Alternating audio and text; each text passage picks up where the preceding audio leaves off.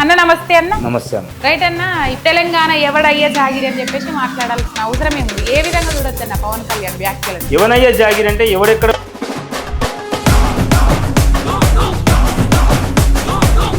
లేదు, నా జాగిరి తెలంగాణ మీరు కూడా భావిస్తారు.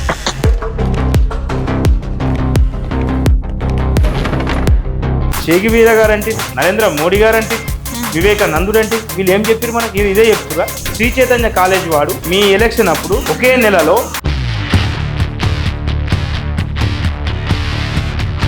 పిల్లలాగే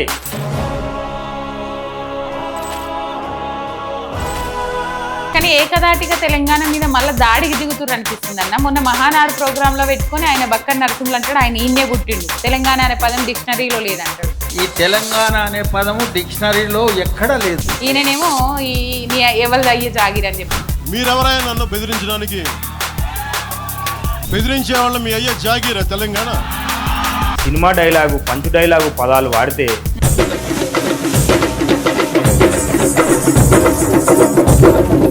మనం మాట్లాడుతున్నాం కదా పవన్ కళ్యాణ్ గురించి, కింద ఎల్మీదికెళ్ళి దిగకుండా కామెంట్లు పెట్టి తెలుగు ఉన్నది. తెలంగాణ ప్రజలు ఫైటింగులు చేయదలుచుకుంటే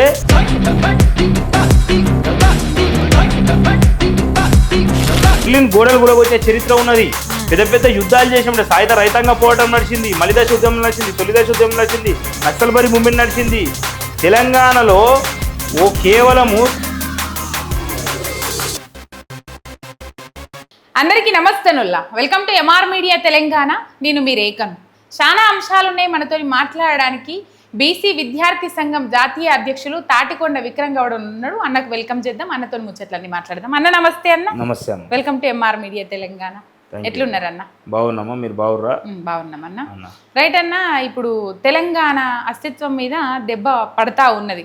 మరి ఎందుకు టార్గెట్ చేసిండ్రు? 12 ఏళ్ళు అయిన తర్వాత ఇప్పుడు ఇయ్యాల మాట్లాడాల్సిన అవసరం ఏమున్నది? తెలంగాణ రాష్ట్రం ఏర్పడితే ప్రత్యేక రాష్ట్రంగా అవతరిస్తే 11 రోజులు ఉపాసం ఉన్న ఆయన జూన్ 2 నాడు వచ్చి నవనిర్మాణ సభ పెట్టాల్సిన అవసరం ఏమున్నది? ఆ సభ పెట్టుకోవడానికి పర్మిషన్ రాకపోతే తెలంగాణ ఎవడయ్యే జాగిరి అని చెప్పేసి మాట్లాడాల్సిన అవసరం ఏముంది? ఏ విధంగా చూడొచ్చు అన్న పవన్ కళ్యాణ్ వ్యాఖ్యలను? అంటే పవన్ కళ్యాణ్ గారు ఒక ఆవేశపూరితమైన వ్యాఖ్యలే తప్ప ఆలోచనాత్మకంగా మాట్లాడలేదు అనిపిస్తుంది. ఎందుకంటే ఆయన ఏదో నేను అనేక మార్లు మొన్న వేరే ఛానల్ కూడా అడగడం జరిగింది, అసలు జూన్ 2లో పెట్టడానికి వాళ్ళ ఆంతరాయం ఏంటి, జూన్ 2నే పెట్టడం వల్ల వాళ్ళు సాధించేది ఏంటి? ఈ రెండే అంశాలు. జూన్ 3కు పెట్టుకో, జూన్ 4కు పెట్టుకో, జూన్ అయినా పెట్టుకోవడం వల్ల ఎవరు కూడా ఇక్కడ వాళ్ళు వద్దంటలేము. ఎవరికైనా సభలు పెట్టుకునే స్వేచ్ఛ ఉన్నది, ఎవరైనా ఎక్కడైనా ప్రసంగాలు చేసే స్వేచ్ఛ ఉన్నది, ప్రజల తరఫున మాట్లాడే హక్కు అందరికీ ఉన్నది. భారతదేశ ప్రజలలో వారికి కూడా హక్కు ఉంటుంది. అయినప్పటికీ నేను జూన్ 2నే ఖచ్చితంగా పెట్టడం అనేది ఇప్పుడు, ఎందుకంటే అది ఎట్లా అయిపోయిందంటే ఒక పనికి మాలిన అంశం అది. నేను నా దృష్టిలో అయితే ఆ ప్రొఫెసర్ గారు ఏదో అన్నందుకు వాళ్ళు వదిలేస్తే అయ్యేపోయేది.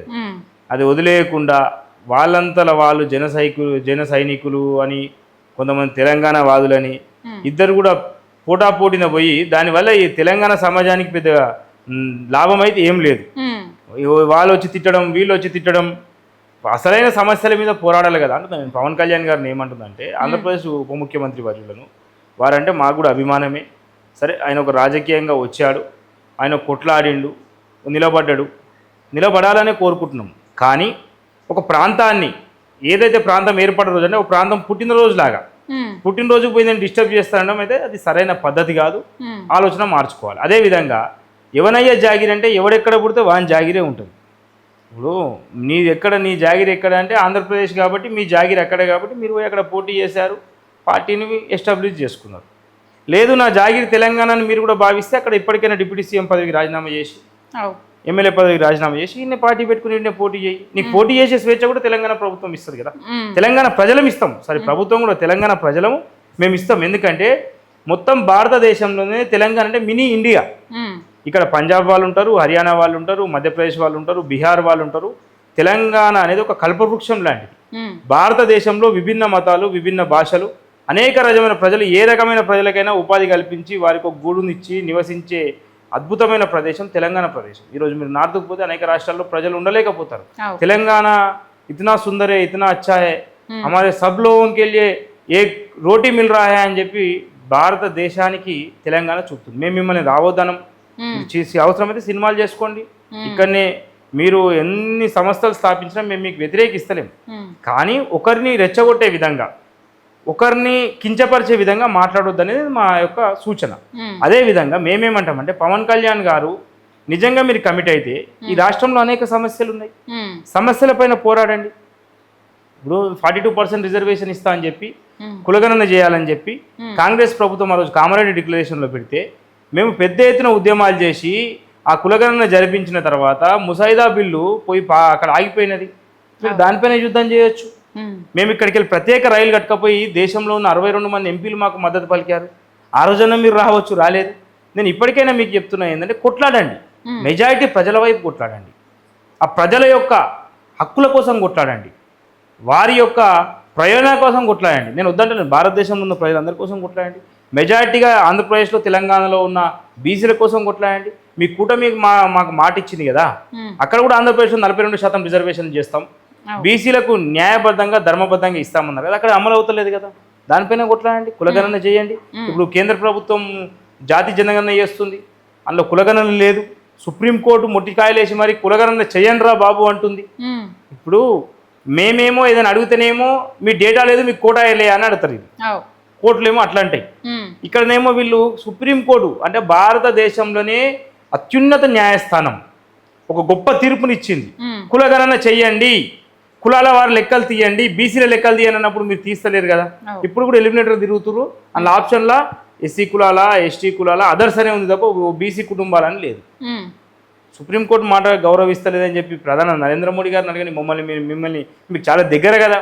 నరేంద్ర మోడీ గారు పవన్ కళ్యాణ్ గారికి అత్యంత సన్నిహితం అని చెప్పి భారత ప్రజలకు తెలుసు కదా. మళ్ళీ మెజారిటీ ప్రజల హక్కుల గురించి అడగనప్పుడు మీరు ఆంధ్రప్రదేశ్లో అడగరు, తెలంగాణలో అడగరు. మళ్ళీ ఎందుకు ఈ యుద్ధం ఎవరి గురించి చేస్తున్నారు అంటే ఎవరిని అధికారంలో దేనికి చేస్తున్నారు అంటే ఇక్కడ రాష్ట్ర ప్రభుత్వం మీరిద్దరేమైనా కుమ్మక్కై ఈ రాష్ట్రంలో ఉన్న సమస్యలు అన్నీ పోవాలని చెప్పి డైవర్ట్ పాలిటిక్స్ చేస్తున్నారా? ఎందుకంటే మీరేమన్నా చేసేవారుగా మాకు కనిపిస్తలేరు, కానీ ఈ మధ్యలో మాకు కూడా కొన్ని సందేహాలు వస్తున్నాయి. మీరు డైవర్ట్ పాలిటిక్స్లో భాగంగా మీరు అట్లా చేస్తున్నారా? జూన్ 2 పెట్టడం ఎందుకంటే ఈ రోజు పెట్టుకుని వచ్చే నెల పెట్టుకోండి. ఆయన సమస్యలు పట్టించుకున్నాడట కదన్న, కొండగట్టుకు 30 కోట్లు ఇచ్చిరట, గద్దర్కు ఏమో కొనిచ్చిరట, ఆ ముచ్చట్లు మాట్లాడుతుర్రు ఆయన. ఇప్పుడు గద్దర్ గారికి కొనిచ్చిన సంగతి ఏమన్నుంటే వారి కుటుంబ సభ్యులు చెప్పాలి. సరే వ్యక్తిగతంగా చాలామంది చాలా చేస్తారు. ఇప్పుడు నేను బీసీ ఉద్యమకారునిగా 18 సంవత్సరాలుగా ఓ విద్యార్థి నాయకునిగా అనేక సమస్యల మీద పోరాటం చేసిన. ఎవరైనా నా పోరాట ప్రతిభ నచ్చి ఓ అంగి కొనిస్తారు, లేదా 2 బూట్లు కొనిస్తారు. మేము బస్సు యాత్ర చేసేటప్పుడు అట్లా అంటే మాకు నల్గొండ జిల్లాలో చాలామంది బట్టలు కొనిచ్చారు. మేము కరీంనగర్ జిల్లాలో మా టైలర్ సోదరులు అయితే మేరు సోదరులు మేము పోయేసరికి మా కొలతలు తీసుకుని అద్భుతంగా పాపం మాకు బట్టలు చేసిరు. అదేవిధంగా మా రజక సోదరులు మేము ఎక్కడ పోతే అక్కడ మాకు లాండ్రీ చేసి ఇచ్చారు. అదేవిధంగా మా బీసీ కులాలందరూ కూడా మాకు బ్రహ్మరథం పెట్టి ఆ రోజు షూలు కొనిచ్చారు, అనేకంగా గిఫ్ట్లు ఇస్తారు. నేను దాన్ని ఏమంటున్నా అంటే ఉద్యమ నాయకులకు ఇచ్చింది చెప్పుకోవడం అనేది ఇక వారికే వదిలేస్తున్నా మాట నేను అనలేను. ఒక గద్దర్ లాంటి వ్యక్తి ఒక పెద్ద శిఖరమైన ఆయనకు నేను కారు కొనిచ్చినానని చెప్పుకోవడం కూడా తప్పే. అది ప్రజాముఖంగా చెప్పుకోవడం తప్ప. అనేక మంది అనేక కొనిస్తారు. ఇప్పుడు నీకు కూడా మొన్న నా దగ్గర ఆధారాలు కూడా ఉన్నాయి. శ్రీ చైతన్య కాలేజ్ వాడు మీ ఎలక్షన్ అప్పుడు ఒకే నెలలో 2.5 కోట్లు మీకు ఇచ్చిండు. శ్రీ చైతన్య కళాశాలడు మరి ఎట్లా ఇచ్చిండు? 10 లక్షలు మీకు ట్రాన్సాక్షన్స్ చేసారు విత్ డేట్స్తో సహా, విత్ బ్యాంక్ డీటెయిల్స్ మా దగ్గర మీ పార్టీకి ఇచ్చినవి ఉన్నాయి. 2.5 కోట్ల దాకా వాడి ఇచ్చిండు. వాళ్ళు ఎందుకు ఇచ్చిండు? ఇప్పుడు నేను ఏమంటే రాష్ట్రంలో కానీ దేశంలో కానీ విద్య అనేది ఒక సామాజిక హక్కుగా, ఒక ఏమంటారు ఒక బాధ్యతగా నిర్వహించేది విద్యా సంస్థలు. ఈరోజు తెలంగాణ రాష్ట్రంలో విద్యా సంస్థలు కోట్ల రూపాయలు రాజకీయ నాయకులకు చందాలు ఇచ్చే స్థాయి ఉంది. ఎంత పెద్ద బిజినెస్ చేస్తున్నారు మీరు అంటే మీరు ఏ విధంగా ఈ దేశాన్ని భ్రష్టు పట్టించే చేస్తున్నారు. ఇప్పుడు అట్లాంటి దుర్మార్గులు పిల్లలాగే నరరూప రాక్షసులు ఈ కార్పొరేట్ కాలేజీ వాళ్ళు చెందాలిస్తే మీరు రాజకీయ నాయకులుగా మీరు దాన్ని తీసుకున్నప్పుడే మీ మంచితనం పోయింది కదా. మళ్ళీ దానికి ఏం సమాధానం చెప్తారు వాళ్ళు?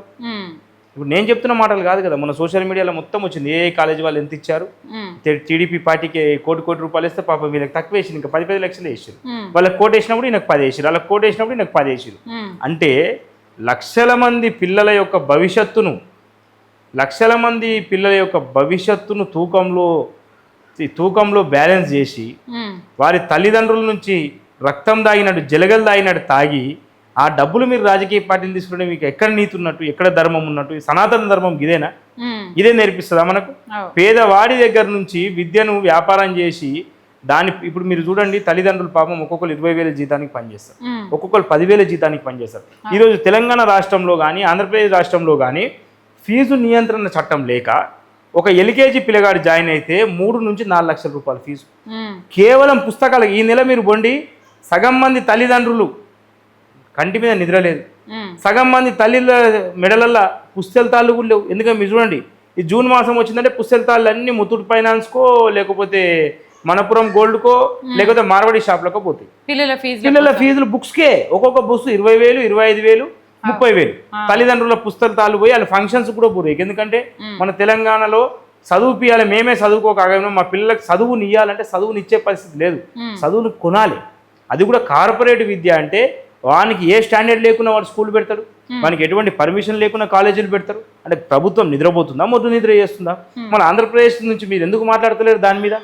చైతన్య, నారాయణ పెద్ద పెద్ద కాలేజీలు ఇప్పుడు వచ్చినాయి కదా, ఏదైతే ఈ ఐఐటి, ఐఐఎం అని కూడా పనికిమాలిన కాలేజీల పేర్లు పెట్టుకొని వచ్చినాయి, అన్ని మీ రాష్ట్రంకి వెళ్ళి వచ్చినాయి కదా. వాళ్ళు దోచుకొని దాచుకుంటుంటే మీరు ఏ రోజు ఎందుకు ప్రశ్నిస్తలేరు? ఏ రోజు ఎందుకు మీరు దాని మీద ఉక్కుపాదం మోపుతలేరు? మీరు ఒక మాట అనేటోళ్ళు, నేను రావడం ఆలస్యం కావచ్చు కానీ రావడం పక్కా అని. మళ్ళీ ఏడొచ్చారు ఇన్ని సంవత్సరం? మీరు ఒక ఉప ముఖ్యమంత్రి, మీరు ఒక ఎడ్యుకేషన్ పాలసీ మీద ఏడ తీసుకురు, ఒక చర్య ఏడ తీసుకురు? కార్పొరేట్ కాలేజీలను ఖతం చేసే పనులు ఎందుకు పోతలేరు? చేగివీర గారు అంటారు, నరేంద్ర మోడీ గారు అంటారు, వివేకానందుడు అంటారు, వీళ్ళు ఏం చెప్పారు మనకి? ఇదే చెప్తురా? విద్య అందనప్పుడు, ఒక పేద వర్గాలు విద్య అందనప్పుడు వాడు ఏ విధంగా అభివృద్ధి చెందుతాడు? పేద కుటుంబాలు అభివృద్ధి చెందింది రాష్ట్రం ఎట్లా స్వర్ణాంధ్రప్రదేశ్ అవుతుంది, లేకపోతే అదేవిధంగా బంగారు తెలంగాణ అవుతుంది? నీకు స్వర్ణాంధ్రప్రదేశ్ కావాలన్నా పేద వర్గాలు చదువుకోవాలి, ఎస్సీ, ఎస్టీ, బీసీ, మైనార్టీ పిల్లలు, అగ్రవర్ణాల్లో పేద పిల్లలు కూడా చదువుకోవాలి. అదేవిధంగా ఇక్కడ రాష్ట్రంలో బంగారు తెలంగాణ కావాలన్నా పిల్లలు చదువుకోవాలి. మీరు ఉచిత హామీలు అని చెప్పో, లేకపోతే ఇప్పుడు మీరు కూడా అదే చందాలో పోతున్నారు. మీరు ఎందుకు? మీరు నిజంగా ఒక నీతిమంత రాజకీయ నాయకులు అయితే మీరు ఒక కొత్త తరమైన రాజకీయాలను ప్రజలకు చూపించాలనుకుంటే విద్య, వైద్యం ఉచితం ఆంధ్రప్రదేశ్ రాష్ట్రంలోని ప్రకటించండి, భారతదేశానికి ఆదర్శంగా నిలబండి. అదేవిధంగా ఉచిత విద్య, ఉచిత వైద్యం గురించి తెలంగాణలో పోరాటం చేయండి, మేము మద్దతు ఇస్తాం, మేము వస్తాం మీ ఎంబడి. అవినీతిని అంతం చేయండి తప్ప అవినీతిని అంతం చేయకుండా రాష్ట్రాల మధ్యలో మేము ఆ రోజు తెలంగాణ ఉద్యమం చేసేటప్పుడు ఒకే నినాదంతో పోయినాం.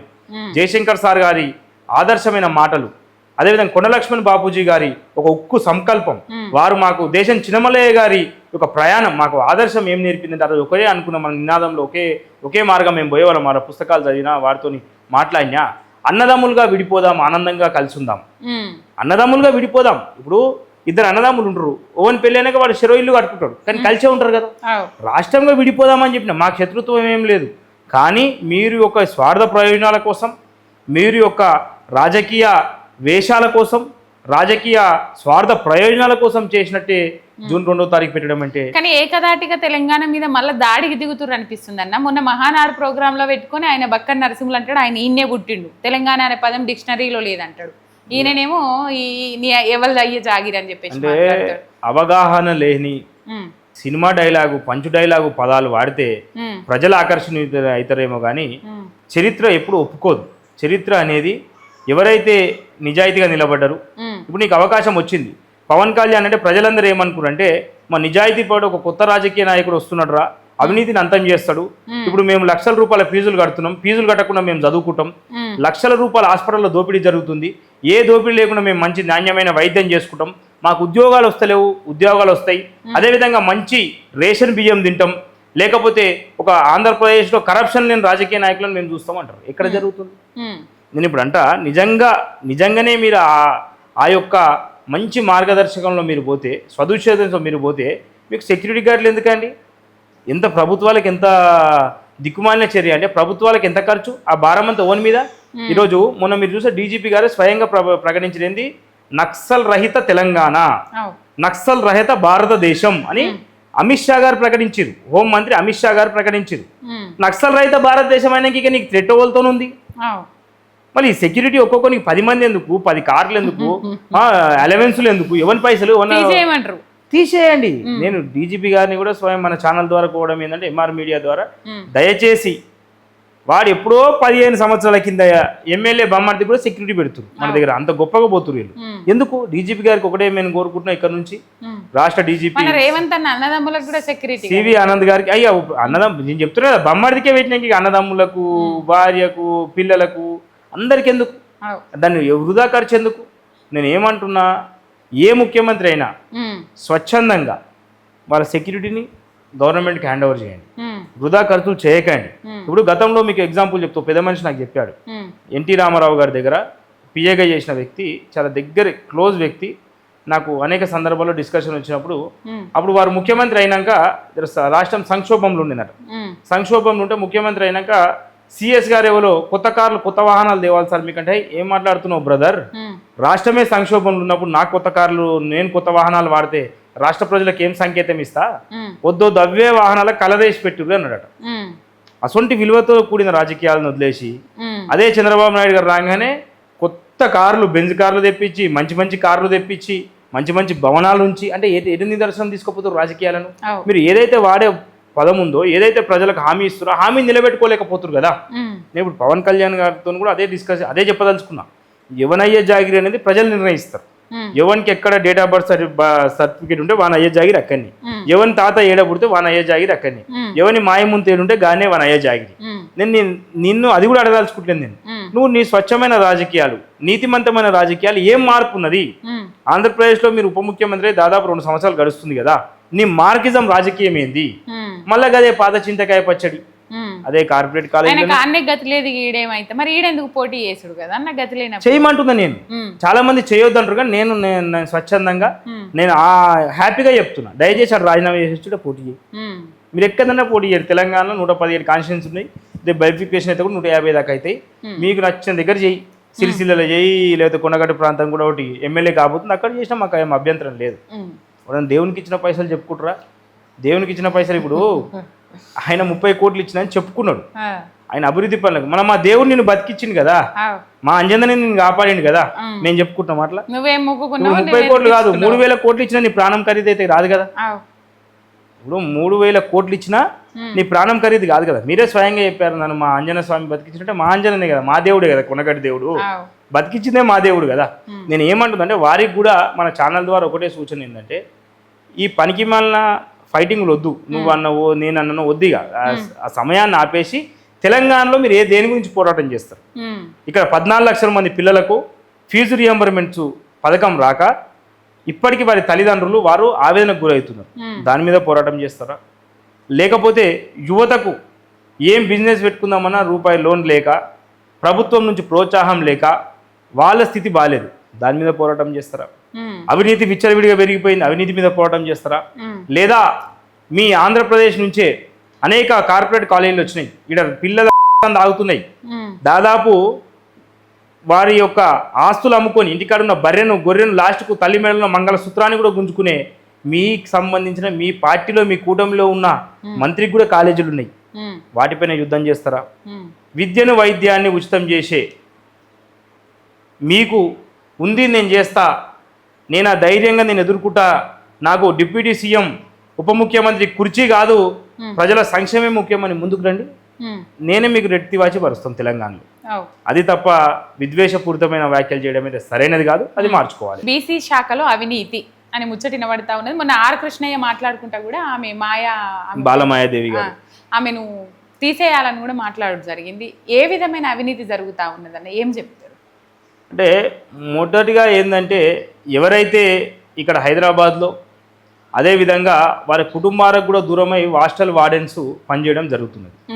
బీసీ హాస్టళ్లలో వాళ్ళు పనిచేస్తుంటే విచక్షణ రహితంగా పాపం వాళ్ళను వాంటెడ్లీ టార్గెట్ చేసి కొంతమంది బీసీలనే అందులో ఏరుకొని ఎక్కడనో కర్ణాటక బార్డర్లలో అదేవిధంగా తాండూరు అక్కడ వేయడం జరిగింది. వేసినప్పుడు వాళ్ళు ఏమన్నారంటే, మేడం మా తల్లిదండ్రులు వృద్ధాప్యంలో ఉన్నారు, మేము చూసుకోవాలి, ఖచ్చితంగా మేము వెంబడి ఉండాలంటే కూడా ఆయన పెట్టండి, అసొంటప్పుడు ఉద్యోగాలకు ఎందుకు వచ్చారని చెప్పి మన బీసీ అధికారుల పైన చాలా చిన్న చూపుగా మాట్లాడిందని అక్కడ ఉన్న అధికారులు కూడా తెలపడం జరిగింది, మాకు కంప్లైంట్ చేయడం జరిగింది. మేము అది స్వయంగా మంత్రి దృష్టికి తీసుకుపోయి మంత్రి గారికి చెప్పాం. ట్రాన్స్ఫర్లు ఇన్ని సంవత్సరాలు ఇక్కడ పనిచేశారు, వాళ్ళకు కూడా కుటుంబమే ఉంటుంది, ఎంప్లాయ్ అయినంత మాత్రాన ఇంటికాడ ఆయన పెట్టుకోమంటారు, ఇంటికాడ ఆయన పెట్టుకుని అనే కాడికి వచ్చింది. ఫైనాన్షియల్ మీ మీద డిపెండ్ అయ్యిర్రా, మీరు ఆయన పెట్టుకోండి, మీ పిల్లలకు ఒక ఆయన పెట్టండి అంటే వారికి మీకున్నది కుటుంబమే, వారికి ఉన్నది కుటుంబమే. ఆ కుటుంబాలను గౌరవించడం ఒక ఎత్తు. ఇంకో విధంగా అదే విధంగా ఏంటంటే ఇంతవరకు బీసీ కార్పొరేషన్ ద్వారా కానీ బీసీ సంక్షేమ శాఖ ద్వారా కానీ ₹1 రుణం కూడా వనికియలే 2.5 సంవత్సరాల్లో.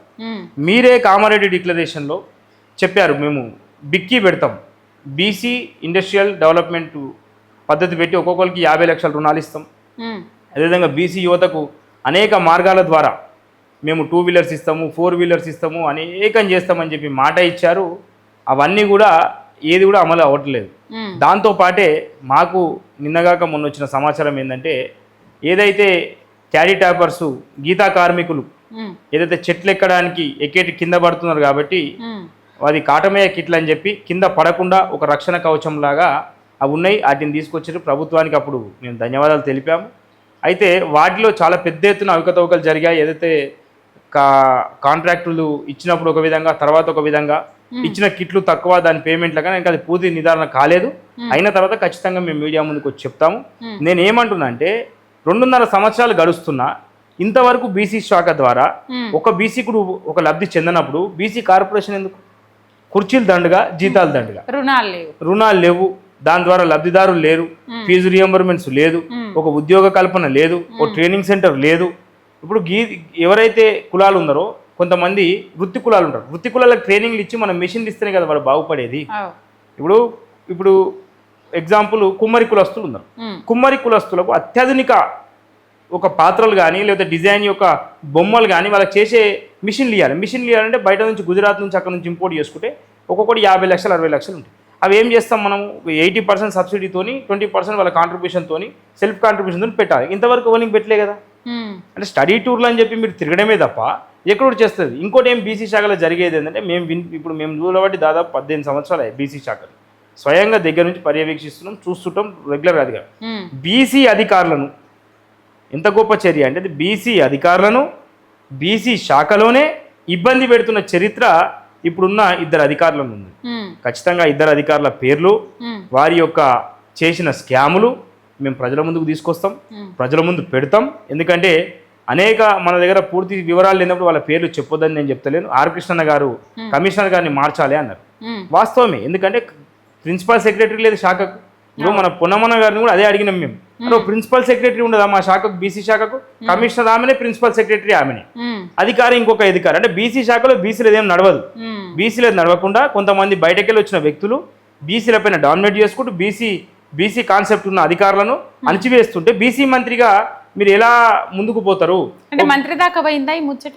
ఖచ్చితంగా మంత్రి దృష్టికి తీసుకెళ్ళామని చెప్పారు. వాళ్ళు తెలియకుండా మేమే 2-3 రోజుల్లో పోయి మంత్రితో కూడా మాట్లాడతాం. ఇక వారి చర్యలు కూడా మేము వాళ్ళకే మద్దతుగా ఉంటామంటే ప్రజా పోరాటంలో మేము నమ్ముకున్నది యుద్ధం అంటే ఏది?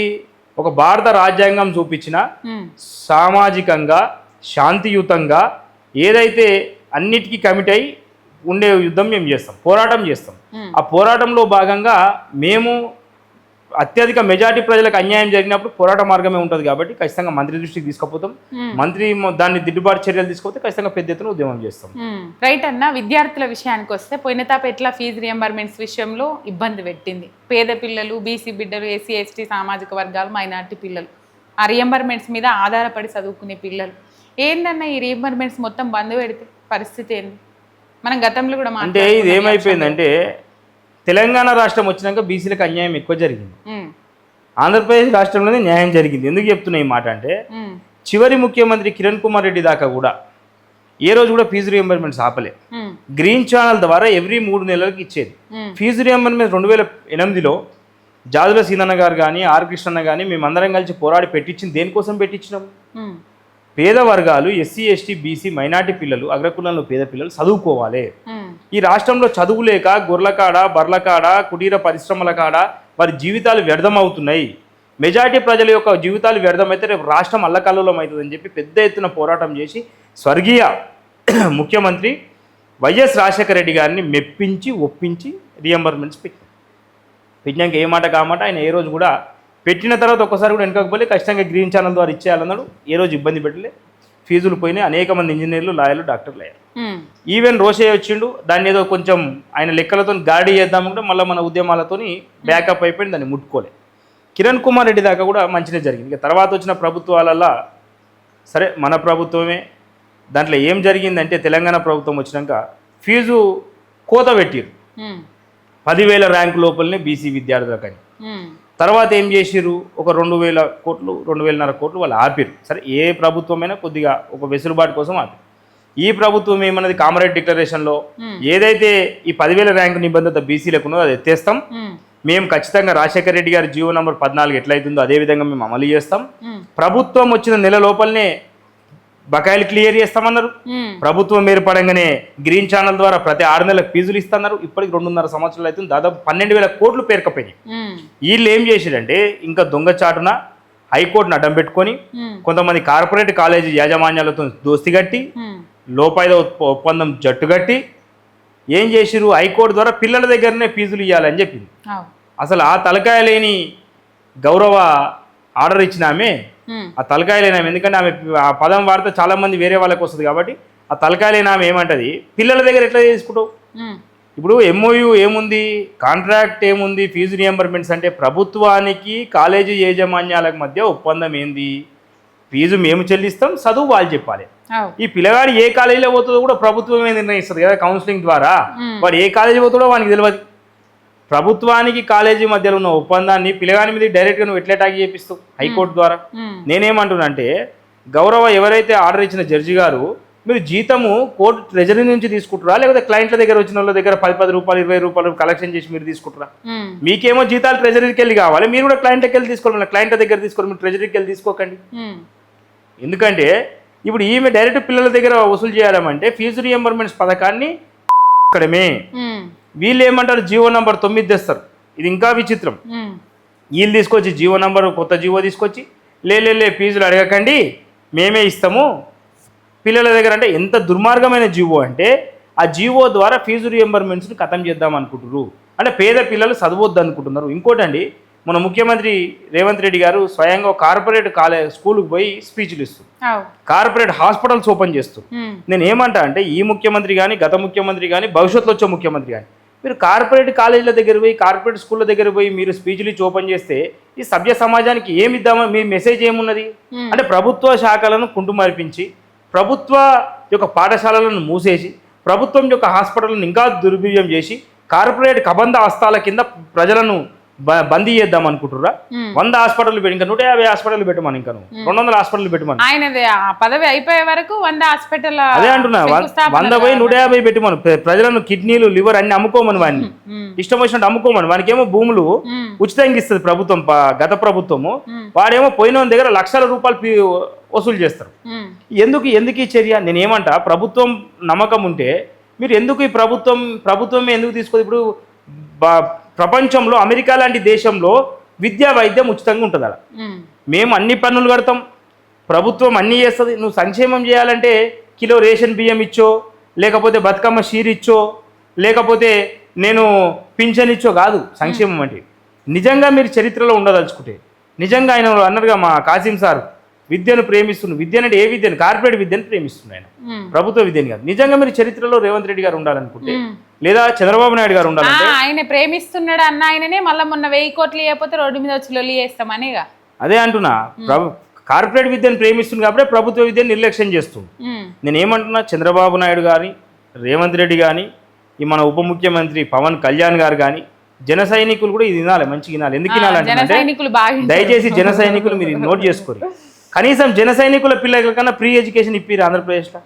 మీ పార్టీ కోసం కొట్లాడుతారు కదా, మీ పార్టీలో మెంబర్షిప్ ఉన్న కన్నా ప్రతి కార్పొరేట్ కాలేజీలలో ఉచితంగా తీసుకొని మీరేమో మీ ప్రాణాలకు తెగించి జెండాలు మోసుకుంటా, వాడు ఏడుంటాడో తెలియదు వీడేంటో తెలియదు, రంగు జెండాల పార్టీల మధ్యలో అన్ని పార్టీలు ఉన్న కార్యకర్త ఏమైపోయిందంటే ఇప్పుడు యావజ్జీవ కార్యకర్త అయిండాడు. వాళ్ళకి అది లేదన్నా, అడిగే తెలివి లేదు. ఏముంది తెలుసా, ఇప్పుడు మనం మాట్లాడుతున్నాం కదా పవన్ కళ్యాణ్ గురించి, కింద మీదకి వెళ్ళి దిగకుండా కామెంట్లు పెట్టే తెలివి ఉన్నది. అంటే నేను అదే అంట, చాలామంది గతంలో అనేక డిబేట్లలో కానీ అనేక సభలలో నేను చెప్పింది ఒకటే, ఆర్ఎస్ఎస్ కావచ్చు, ఆర్ఎస్యు కావచ్చు, జనసేన పార్టీ కావచ్చు, టీడీపీ కావచ్చు, ఏ పార్టీ అయినా సరే నువ్వు ఒకరిని పురాణం తిడుతున్నావంటే ఉమ్, నువ్వు ఎదుటోని నీకు నచ్చని పని చేసినప్పుడు సమాజంలో ఏం చెప్తుందంటే అత్యున్నత న్యాయస్థానం కూడా మన యొక్క భారత రాజ్యాంగం ఏం చెప్తుందంటే వ్యక్తిని కాదు ఉమ్, మనం చేసే వ్యక్తిలోని చెడును చంపడమే మన భారత న్యాయశాస్త్రం. ఉమ్, వాని చెడును చంపు నువ్వు, వాని మనిషి లోపల ఉన్న క్రూరత్వాన్ని చంపబడదు, మనిషిని చంపమని ఎక్కడ లేదు. నీకు శిక్ష కూడా ఏ విధంగా చేస్తారంటే కూడా పెద్ద 100 మర్డర్లు చేసిన కూడా వానిలోని శిక్ష ఏంటంటే వాని క్రూరత్వం చచ్చిపోవాలి, ఉమ్, మానవత్వం ఉండాలి. మనిషిని చంపితే రాదు. నేను కూడా ఏమంటుందంటే నిజంగా జన సైనికులు కానీ, టీడీపీ వాళ్ళు కానీ, బీఆర్ఎస్ వాళ్ళు కానీ, బీజేపీ వాళ్ళు కానీ, కాంగ్రెస్ వాళ్ళు కానీ, కార్యకర్తలు అనేవాడు ఇష్టం వచ్చినట్టు మీరు బూతులు తిట్టడం వల్ల ఏమవుతుందంటే మీ యొక్క వ్యక్తిత్వమే కనిపిస్తుంది అలా, ఉమ్, మీ యొక్క రాక్షస ఆనందం తప్ప ఏముండదు. మీకు మంచి ఎక్కడ ఉన్నది? నువ్వు ఎదుటోని ఆ మాట తిట్టినావంటే నువ్వు ఆ మాట తిట్టినావంటేనే ఆ మాటలకి వెళ్ళి వచ్చినట్టే కదా. నువ్వు కూడా నువ్వు మంచి ఏం చేయాలి? వాడు తిట్టినోన్ని కూడా మార్చి చూపిస్తే నువ్వు నిజమైన జన సైనికుని అవుతావు. ఉమ్, నువ్వు జన సైనికుని అంటే జనాల సైనికుడు. సైనికుడు ఎవరంటాడు? ఇండియన్ ఆర్మీలో ఉన్న సైనికుని అంటారు. ఇండియన్ ఆర్మీ ఏం చేస్తుంది? బార్డర్లో మన కోసం కాపు కాస్తుంది. ఎవడన్నా పాకిస్తాన్ వాడు వచ్చినా, బంగ్లాదేశ్ వాడు వచ్చినా, వాని వేరే రాష్ట్రంలో మన మీద, వేరే దేశంలో మన మీద అటాక్ చేస్తే వాని ప్రాణాలకు తెగించి కాపాడతాడు. మళ్ళీ నీ త్యాగం ఏడుందిడా? నువ్వు సైనికుని ఎట్లయితావు? ఆ సైనికుడు అనే పదం కావాలంటే, జనం కోసం నిలబడే సైనికుడు కావాలంటే పేదల పక్షాన కొట్లాడు. ఉమ్, పేదల పక్షాన కొట్లాడడం ఏంది? ఉచిత విద్య ఇప్పి, ఉచిత వైద్యం ఇప్పి, కరప్షన్ తగ్గి, ప్రభుత్వ సంక్షేమాలలో ఏ విధంగా అయితే పేదలకు అందాలో వారికి అంది. అది తప్ప నువ్వు తిట్ల పురాణం ఎత్తుకొని నేను వాణి వీణి అంటే నువ్వు క్రూరుని అవుతావు, మృగాన్ని అవుతావు. నీకు ఆ పాకిస్తాన్ తేడా ఉండదు. మంచిని పెంచు, చెడ్డు ఉంటే చెడును 10 సార్లు చెప్పి మార్చు. ఇప్పుడు దేవుళ్ళకు మనుషులకు తేడా ఏంది? దేవుడు అంటే ఏంది? ఓపికతోని శాంతంగా ప్రజల యొక్క వారి యొక్క కోరికలు తీర్చేవాడే దేవుడే. దేవుడు ఎప్పుడైతాడు? ప్రజలకు అందరికీ ఈక్వల్గా వారి యొక్క సర్వీస్ ఇచ్చినోడే దేవుడు అవుతాడు కదా. మళ్ళీ నిజంగా మీ పవన్ కళ్యాణ్ గారు గొప్ప కావాలంటే, మీరు గొప్ప కావాలంటే ఆదర్శంగా ఉండండి. ఆంధ్రప్రదేశ్లో కనీసం ఫస్ట్ మొట్టమొదటి ఫేస్ కింద ఎవరైతే మీ పార్టీలో ఉన్నారో మీ పార్టీ సభ్యులందరికీ, జనసేన పార్టీ ఉన్న సభ్యులందరికీ ఉచిత విద్య, ఉచిత వైద్యం ఇవ్వండి. ఇచ్చిన తర్వాత ఆంధ్రప్రదేశ్లో మొదలు పెట్టండి. నేను ఏమంటున్నాను, నిజంగా పవన్ కళ్యాణ్ గారు ఒక ఆదర్శప్రాయమైన రాజకీయాలు చేయాలంటే వీటిపైన పోరాడాలి. నీ జాగిరా, నా జాగిరా, ఈ తిట్ల పురాణము, తెలంగాణ వాదులను కొంతమంది ఈ ప్రజలను కన్ఫ్యూజ్ చేసి రాజకీయంగా అగ్రకుల ఆధిపత్య వర్గాలు వెళ్దామని అంత ప్లాన్. ఏ 12 సంవత్సరాల తర్వాత నువ్వు మళ్ళీ కుట్ర ఎందుకు చేసినావు? ఓ బీసీ ముఖ్యమంత్రి కావాలని చెప్పి కొట్లాడు రాదు పవన్ కళ్యాణ్ గారు? ఓ బీసీ ముఖ్యమంత్రి కావాలి, ఇంతవరకు ఆంధ్రప్రదేశ్ చరిత్రలో కాలే కదా అని చెప్పి హానో ఓ అని ఓ ముఖ్యమంత్రి కోసం కొట్లాడు.